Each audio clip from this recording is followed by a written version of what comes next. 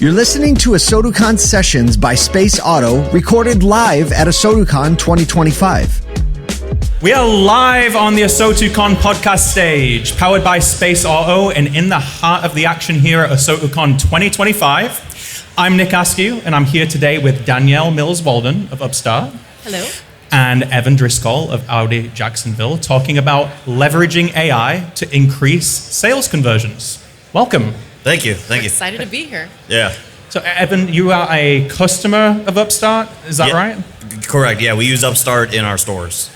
Okay, wonderful. So, tell me a little bit about Upstart, just for the people that may not know. And I believe you've got a session going on after this. So, if anyone wants to go check that out, it's going to be a good one. But give us a little preview. What is Upstart today, and how are you helping dealerships? Me? Yes. So we are an AI financing company. So we help dealers increase their profits by speeding up the process, making things really automated and easy. And basically we give access to consumers who may not typically get access to credit. So we, by way of our AI lending, can use a lot of different things because we use 1,000 different data points to get people approved. So that's one of the ways that we're helping increase back-end profits. That's to increase back-end profits as well. So this is a big thing inside dealerships' profit centers in general, right? And I think where a lot of website providers and maybe digital retail misses the mark on that process is introducing the F&I products and also real-time approvals prior to that. Mm-hmm. How have you seen this affect your store, and how are you leveraging that to bring customers through the process? Yeah, I mean, Upstart's been a huge advantage for our store, especially when it comes to getting certain deals approved at different hours of the day. Because the AI lending doesn't involve any underwriters per se, or like people that we have to talk to on a phone to get an approval. It's very easy for me to structure a deal in Upstart, get it submitted, and then get the approval and move on with the deals. It's basically as fast as possible. It's kind of like the Amazon effect, where customers just want to see the numbers, get the car, go, boom, out, done. So time to sale is huge when you're using that software to make a deal happen. So. Oh yeah, because I mean, here's the deal. I mean, I recently bought a car and I was blown away with how inefficient the process was. Yeah. In bringing out the paper Foursquare at a luxury dealership, right? So. We know that customers want to do the boring stuff at home, but they also they have those questions like, can I afford it? How is this going to fit into my life? So how important are these instant approvals for people? And how does that actually affect the speed of deals getting done from your perspective? I'll take the first part of that. I'd say because it's instant, it allows the consumer to immediately see if they're approved. It helps the dealer because with the traditional lender, if they're outside of that FICO, they're going to get declined. Whereas with us, with all the different data points, we're seeing it instant, and then that's allowing, if we get that deal approved, it's quicker, and then that next day funding is right there. So that's something else that kind of separates us from traditional lenders. It's immediate. Fantastic. Yeah.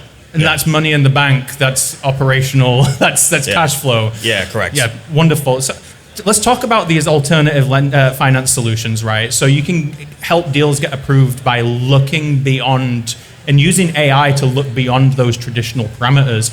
What kind of parameters take place in this system that you are able to look at outside of traditional things that lenders are looking at, like their FICO score and their income and just that general credit bureau? So they're looking at things beyond that, like education. Where do they go to school? What job do they currently have? Their background, their ability to repay. And that AI is using all these data points to determine like what's the risk of this borrower to default. And by way of that, like a good example, I think you even had a customer like this who was a nurse with a thin file. And that's somebody who's reliable, but maybe doesn't have a lot of credit. With our system, they can actually get approved, and where all the other lenders were denying this person because they didn't have a credit history. But with us, because of all the other things we're looking at the stability of her job, what she does, we're giving that approval where another lender is going to decline. I understand. As someone that moved from a different country, I had it was a ghost, a zero Right. credit score moving over here, working at a car dealership on commission sales. So how likely was I had to find a credit union, start building that credit up from the ground floor? Correct. Because not necessarily that I'm unreliable, they just have to look beyond those parameters. Danielle, I'm gonna ask you a loaded, maybe a controversial question. Ooh. Because I deal with this with AI in general. Okay. How do you combat AI? How to put this? How do you combat AI potentially running amok with discrimination in your algorithms in the way that it brings people through, such as people that come from lower socioeconomic backgrounds, didn't have access to higher education? How do we give them a chance to utilize alternative financing? Yeah, that's a great question. I would kind of look at it from a different perspective. AI is actually going to help those people more than maybe a traditional lender would, because to your point, when you came here without any credit, you had to kind of build it from scratch. Whereas if you were working with a provider like ours, we would look at not only your background, but we look at so many other things. And education, that's just one of the components. There's thousands of different data points that we're looking at. And there's a lot of people from different socioeconomic backgrounds that would be great and be able to repay. So we like to pride ourselves on giving more access to affordable credit for everyone.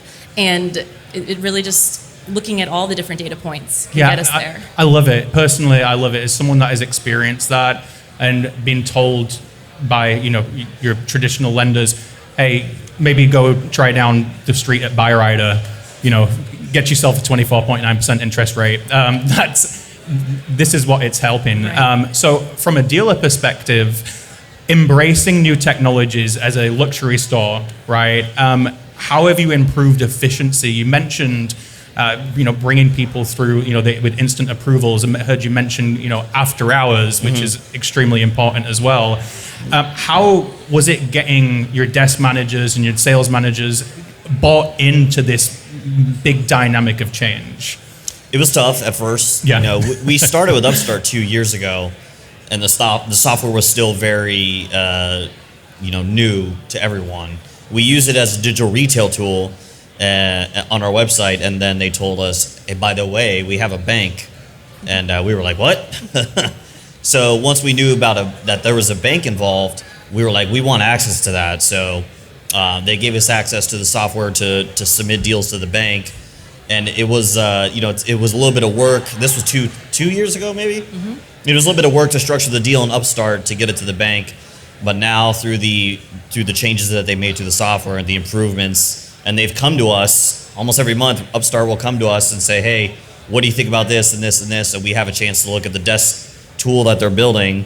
And we say, hey, we love this, change this a little bit, put the money down thing over here. So now the tool is like literally the easiest tool there is to submit a deal. That's like 2 clicks and I can have a car deal approved. It's crazy, actually. It's wild how fast it is. That's fantastic. And it sounds like it's brought a new kind of customer that you might have been alienating before, just with the ability for alternative financing as well. Have your portfolio of deals, have you seen that grow in a different direction since becoming an Upstart client? Yeah, there definitely is. Upstart is a really good bank for thin files, first-time buyers. Maybe people just don't have enough credit history built up yet. They love those type of buyers. I've noticed the AI is really strong. Really good approvals, no stips, good rates. Whereas, Santander or those other banks, 25%, just like you said, 25%, they want a bunch of equity in the deal or whatever. Upstart's like clutch when it comes to those buyers. So there's easily at least 5-6 deals a month that Upstart picks up that nobody ever would have, And that's the difference between selling 100 used cars a month and 95. All because I have the one bank, that I can use, which is Upstart, So not only the software, but the missing deals that you weren't able to get approved. I think that's fantastic. Because every bank's got their niche of what kind of buyer they like, what kind of cars they like. Upstart, they like to buy the customer, and they, like I said, they fund the deal literally the next day. So that's fantastic. It's not a 2-week process. It's super quick and easy.